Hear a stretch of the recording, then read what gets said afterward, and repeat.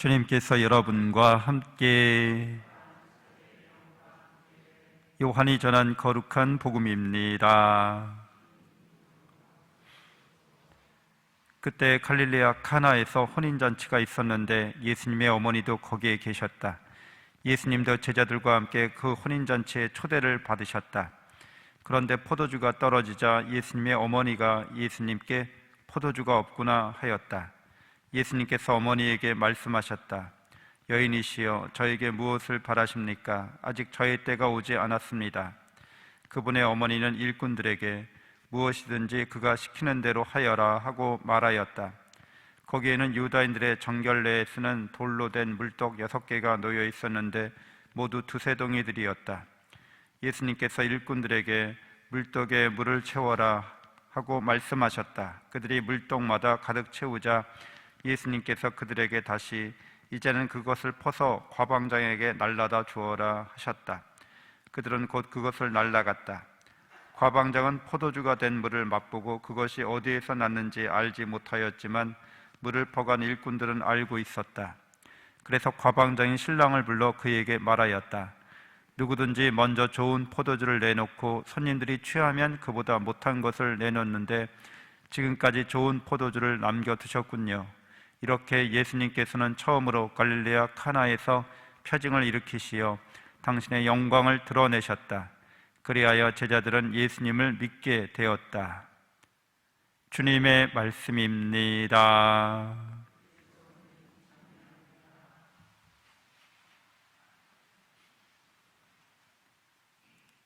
참 예수님, 하나님의 복동이 사랑합니다.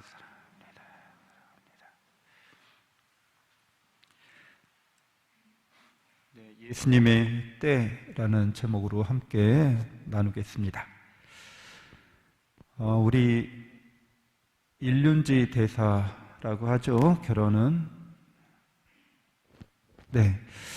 그래서 고대에도 이스라엘도 마찬가지였는데 결혼은 가장 개인에게 있어서 큰일이었기 때문에 전쟁 시기에도 군역이 면제가 되었습니다. 이 약혼한 사람은 이제 전쟁이 일어나도 전쟁에 참여하지 않을 수 있는 특권, 면제를 받았고, 그 약혼식이라고 하는 것은 번역이 이제 우리가 약혼이 있기 때문에 약혼식이라고 하지만 실제로는 결혼식이나 마찬가지인 거예요. 청혼자가 신부의 집에 가서 이제 부모님에게 청혼을 하게 됩니다. 그리고 신부에게 주는 이제 예물을 이렇게 바치게 되는 거죠. 그래서 그 신부의 집안에서 그 청혼자가 마음에 들면 이제 허락을 하게 되고, 그렇게 되면은 이제 7일 동안 그 신부집에서 약혼잔치가 벌어지게 됩니다. 그래서 약혼잔치를 이제 하고 나면 신랑은 신부집을 떠나서, 처가를 떠나서 이제 다시 아버지 집으로 이제 가게 되고, 그 기간이 한 1년 정도 되는 거죠. 아니면 2년까지도 그 약혼 기간이 길어질 수 있습니다. 정해진 날짜를 이제 이야기하고, 그럼 제가 아버지 집으로 가서 아버지 집에서 같이 신부와 살 집을 마련하는 거예요. 그 기간 동안에. 그렇기 때문에 이제 1년간의 서로 이별하는 기간이 이렇게 되어 있고, 그 사이에 연락은 신랑 친구들이 도와줍니다. 일정을 어떻게 이제 기별 같은 것들을 서로 이야기해 주는 거죠. 그 다음에 신랑 될 사람이 이제 모든 준비를 다 마치면 그거를 신랑 아버지가 이렇게 점검을 합니다. 그리고 신랑 아버지가 날짜를 잡는 거죠. 태기를 하는 거죠. 그래서 날짜가 정해지면 이제 신랑 친구들이 신랑보다 앞서서 가게 됩니다. 그리고 이때 이제 저녁 때 이렇게 신부집을 향해서 가는 거죠. 결혼식이 이제 밤에 열리기 때문에 그렇습니다. 이 사막성 기후기 때문에 낮 시간에는 엄청난 그런 고열도 있고 이제 열기도 있기 때문에 낮 시간에 하지 않는 거죠. 이제 해가 뉘엿뉘엿 떨어질 때 신랑과 신랑 친구들이 신부집을 향해 가게 되고, 그러면 이제 정해진 날짜보다 하루 이틀 빠르거나 늦을 수 있어요. 신랑 아버지가 결정하는 거기 때문에. 그러면은 미리 신부 친구들이 신랑 친구들을 맞을 준비를 하러 동구밭 어귀까지 가는 거죠.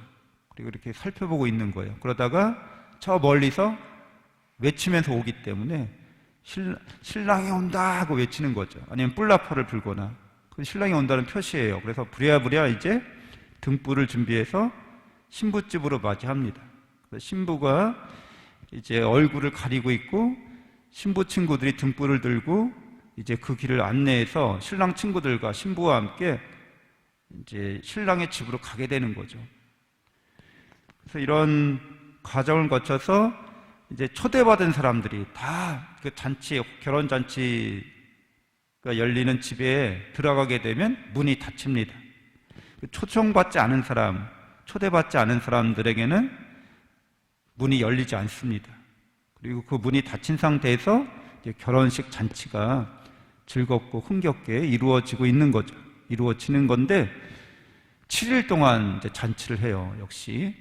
그리고 뭐 좀 괜찮은 집안이고 사정이 있는 경우에는 14일까지 배로 잔치를 하는 거죠.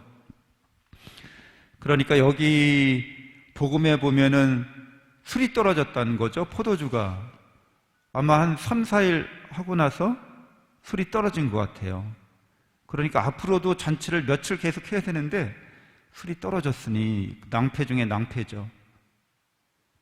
그래서 이것은 그 가문의 치욕이 되는 거고 수치가 되는 거기 때문에 이 문제를 해결해야 되는데 성모님이 예수님께 이야기하는 건데 그 말하는 방식이 참 남다르게 품위가 있죠. 포도주가 떨어졌구나 이렇게 얘기합니다. 예수님한테 야 이거 해라 저거 해라 이렇게 했으면 좋겠다 저렇게 했으면 좋겠다 이게 아니라 팩트죠. 그냥 사실을 전달만 해줍니다. 이 흥겨워야 할 이 결혼 잔치에 그 흥겨움을 일으킬 수 있는 포도주가 없다. 포도주가 다 떨어졌다. 근데 사실 이거 굉장히 심각한 문제인데 그러니까 막 거기에 어떤 덧붙이는 말이 따를만 한데 성모님은 예수님께 포도주가 다 떨어졌다 이렇게 한마디만 하세요. 근데 이제 이게 성모님하고 예수님하고 대화하는 방식이었다는 거죠. 이심, 전심. 그러니까 그냥 말하면 알아들으시는 거예요. 그래서 예수님이 여인이시여 저에게 무엇을 바라십니까? 이렇게 말씀드리는데 이 여인이시여는 이렇게 높임말인 거예요. 여사님 같은 뜻이에요. 마리아 여사님 왜 그러세요? 이렇게 얘기해 드리는 거예요. 그랬더니 이제 아직 저의 때가 오지 않았습니다. 이렇게 얘기해요. 그래서 여기서 예수님이 어떤 말씀을 하시는지 예수님의 때라고 말하는 것은 결국에는 이 결혼식 잔치에서 한 남자와 한 여자가 결혼하는 것, 사랑으로 결합하는 것처럼 예수님의 때는 지금 신랑 신부가 그들의 때를 맞이하고 있는 거죠.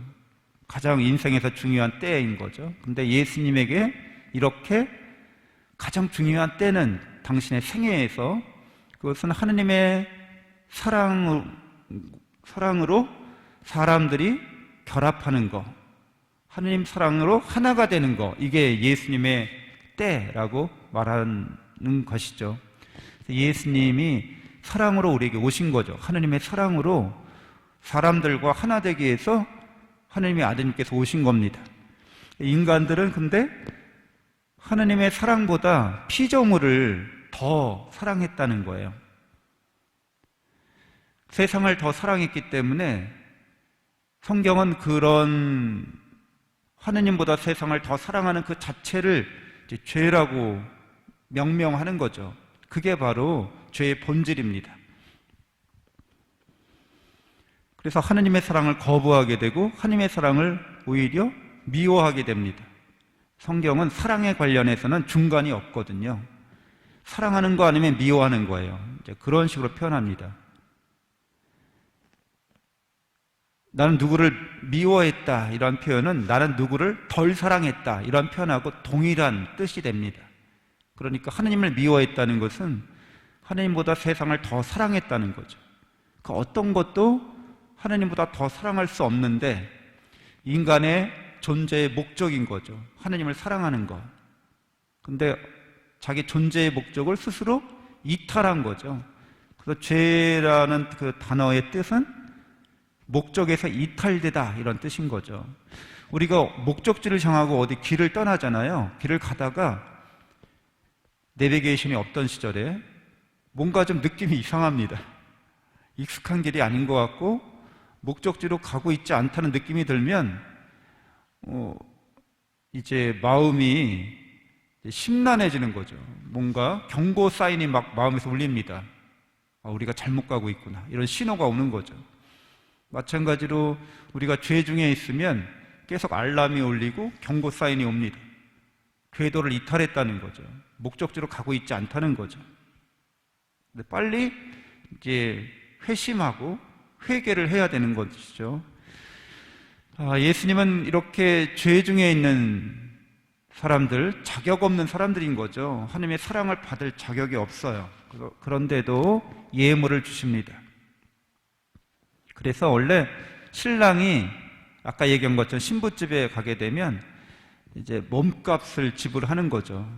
신부의 몸값으로 예물을 주는 거예요. 그게 예물로 바쳐지는 거, 그 집에 보내는 의미인데 예수님은 우리에 대한 사랑의 예물로 당신 생명을 내놓는 것이죠. 그래서 피를 흘려서 우리의 죄를 씻어 주십니다. 그리고 당신의 이 사랑을 믿는 이들에게 새롭고 영원한 사랑의 약속을, 계약을 맺으시는 거죠. 그래서 이 신랑이 신부집에 가서 청혼을 하고 예물을 드리고 그것이 허락되면 결혼 계약서를 작성하게 돼 있거든요. 그러니까 우리가 예수 그리스도의 우리에 대한 사랑, 그분의 피 흘리심으로 우리가 죄로부터 구원받았다는 것을 깨닫고 믿는 사람들은 이제 사랑의 약속에 참여하게 됐다는 거예요. 새롭고 영원한 사랑의 약속, 그 당사자가 되는 겁니다. 그래서 예수님은 이제 십자가에 그렇게 죽으시고 부활하셔서 승천하신 것으로 아버지 집으로 돌아가신 거죠. 그래서 아버지 집에 가셔서 우리가 있을 곳을 마련하시는 겁니다. 그래서 요한복음에서 14장 2절에 내 아버지 집에는 있을 곳이 많다라고 얘기하는 거죠. 이 말은 우리가 하나님과 사랑으로 결합된 계약을 이룬 사랑의 대상이기 때문에 내가 사랑하는 사람들, 나를 사랑하는 사람들을 내 아버지 집으로 같이 살게 하겠다 이렇게 말씀하는 것과 같은 내용입니다. 결혼식의 이야기가 계속 이렇게 전개되고 있는 거죠. 그래서 예수님은 특별히 복음서에서 하느님 나라를 설명할 때 결혼에 관한 비유를 참 많이 말씀하세요. 그게 하느님과 우리 사이의 사랑을 가장 잘 인간들의 삶에서 드러내는 방식이기 때문에 그러합니다. 그래서 물이 이렇게 포도주로 변화되었다고 하는 것은 이제 우리가 예수 그리스도의 사랑을 깨닫고 그래서 내가 그분의 사랑으로 피 흘리심으로 말미암아 죄로부터 용서받고 구원된 사람이었기 때문에 이제 물이 포도주로 변하는 것처럼 세례성사를 받은 사람들은 이 세례성사가 곧 나를 죄인에서 이제 하나님의 자녀로, 하나님의 사랑받는 자녀로 질적인 신분의 변화를 일으켰다고 말하는 것이 됩니다. 그리고 이 세례성사 자체가 이미 사랑의 계약과도 같은 거죠. 성사 자체가 그런 의미가 있습니다. 성사는 예수님께서 우리를 사랑하셔서 구원의 은총을 베푸시는 거죠. 그리고 이 성사가 교회에서 계속됩니다. 그러니까 이 성사에 참여한 사람들은 계속해서 그 사랑의 은총을 교회를 통해서 받게 되는 것이에요. 예수님과 성사적 계약을 맺은 사람들로서 계속해서 그 사랑과 은총을 성사를 통해서 받는 우리가 됩니다.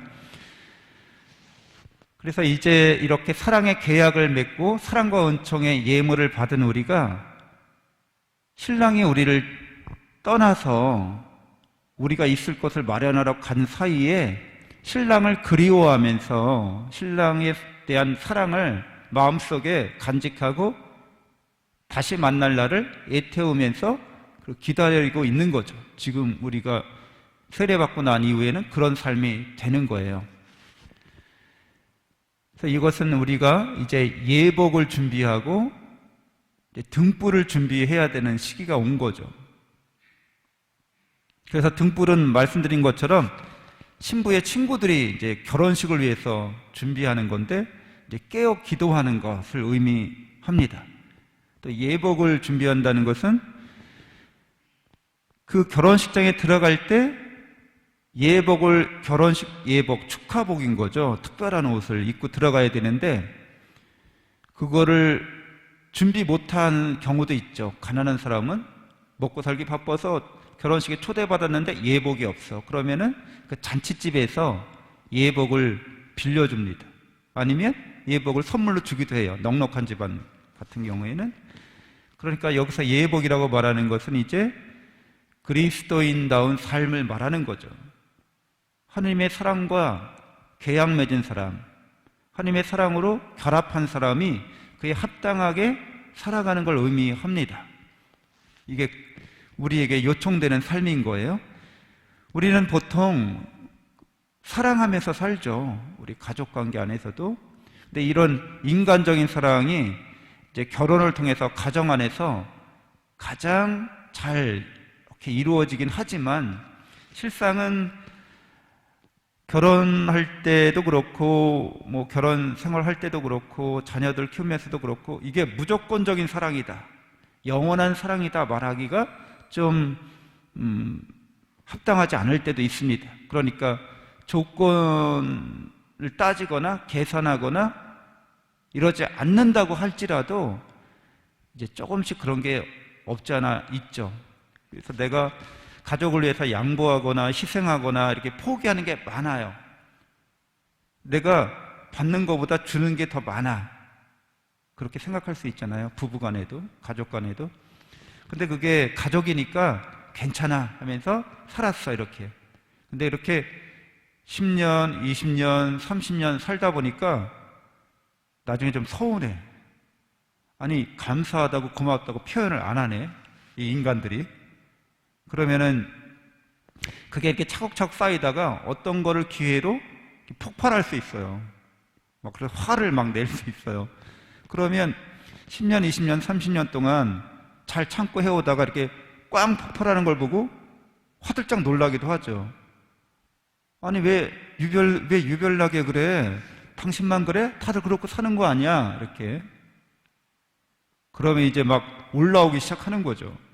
그동안 참고 내가 희생하고 이런 것들을 알아주지 않으니까. 근데 계속 그렇게 10년, 20년, 30년 서로 살았기 때문에 당연하게 여기는 거죠. 갑자기 이 사람이 이상해졌다고 생각할 수도 있어요. 근데 가족관계라는 게 우리가 자녀를 키우면서도 난 자녀들에게 기대하지 않아. 무조건적인 사랑을 베풀어 하면서도 이렇게 해줬으면 저렇게 하면 좋겠다고 바라고 원하는 것들이 있게 되는데 부모나 자녀나 그것을 만족시켜주는 게 쉬운 일이 아닙니다. 그리고 그런 것들이 영원히 계속된다고 보장할 수도 없는 거고요. 그래서 우리는 늘 영원하고 진실한 사랑을 바라고 원하는데 그런 것들이 하나님의 사랑 안에서 우리에게 성취된다고 하는 것을 예수님이 우리에게 보여주십니다. 영적으로 깨어 기도하면서 예복을 준비하는 마음으로 너에게 베푸신 사랑과 은총을 가족들과 함께 이웃들과 함께 계속 나누면서 하나님 나라에 들어가기에 합당한 신앙인의 자세를 갖추는 거고 바로 이렇게 계속해서 우리가 예수 그리스도를 그리워하면서 그분의 사랑을 간직하면서 은총받으면서 생활하게 될 때 예수님을 닮아가는 거죠. 하느님을 닮아가는 사람들이 됩니다. 그래서 이런 제자들, 예수님의 제자들, 그 세상으로부터 특별하게 하느님 나라의 혼인잔치를 위해서 불림받은 사람들을 교회라고 하죠. 그래서 제1독서, 제2독서에서 이 교회에 대해서 이야기하고 있어요. 그래서 예수님은 교회를 통해서 이 신성한 결혼잔치, 하느님 나라의 결혼잔치에 모든 사람을 초대하고 있습니다. 그래서 예수님의 신부인 교회를 나타내는 성경인데요. 에페소 5장 31절, 32절인데 같이 한번 읽어볼까요? 남자는 아버지와 어머니를 떠나 아내와 결합하여 둘이 한 몸이 됩니다. 이는 큰 신비입니다. 그러나 나는 그리스도와 교회를 두고 이 말을 합니다. 그러니까 남녀가 만나서 사랑으로 결합하는 건 큰 신비이죠. 아니 어떻게 결혼을 할까? 어떻게 만났어요? 어떻게 서로 사랑하게 되셨어요? 다 궁금하잖아요. 신비로운 이야기이기 때문에 그러고 합니다. 그런데 이런 신랑 신부가 만나서 결혼하는 거 신비로운 일인데 바오로 사도는 예수님과 교회를 두고 이 사랑의 신비를 말하고 있다는 거예요. 예수님이 우리를 사랑하셔서 교회로 부르셔서 그 사랑의 결혼잔치에 초대받은 게 큰 신비라는 거예요. 훨씬 더 큰 신비라고 이야기하고 있고요. 바오로 사도는 나는 여러분을 순결한 처녀로 한 남자에게 곧 그리스도에게 바치려고 그분과 약혼시켰습니다. 이렇게 얘기해요. 그러니까 우리가 약혼한 상태라는 거죠. 근데 이제 계속해서 말씀드리지만 이 약혼이라고 하는 게 사실 이제 법적으로 완전한 부부라는 뜻이 되는 거예요. 다만 이제 1년이나 2년 동안 떨어져 있는 그 기간을 갖고 있는 상태를 말하는 거죠. 그러니까 바오로 사도는 우리가 하느님의 사랑으로 계약을 맺은 사람들이고 이제 하느님 나라에서 그 결혼식 잔치가 이루어질 것을 기대하고 있다, 이런 뜻이 되는 거예요. 그래서 요한 묵시록에 이러한 장면을 이제 우리가 천국에서 하느님 나라에서 결혼잔치에 참석하는 그 장면을 보여주는데 결혼식 그 잔칫날에 이제 신부가 아까 베일을 가리고 신부 친구들과 함께 이렇게 인도된다고 했잖아요. 이제 결혼식장에 들어가게 되면 그 베일을 이렇게 벗게 되는 겁니다. 신부의 얼굴을 보여주는 거죠. 바로 그 장면을 요한묵시록에서 이렇게 묘사합니다. 같이 읽어볼까요?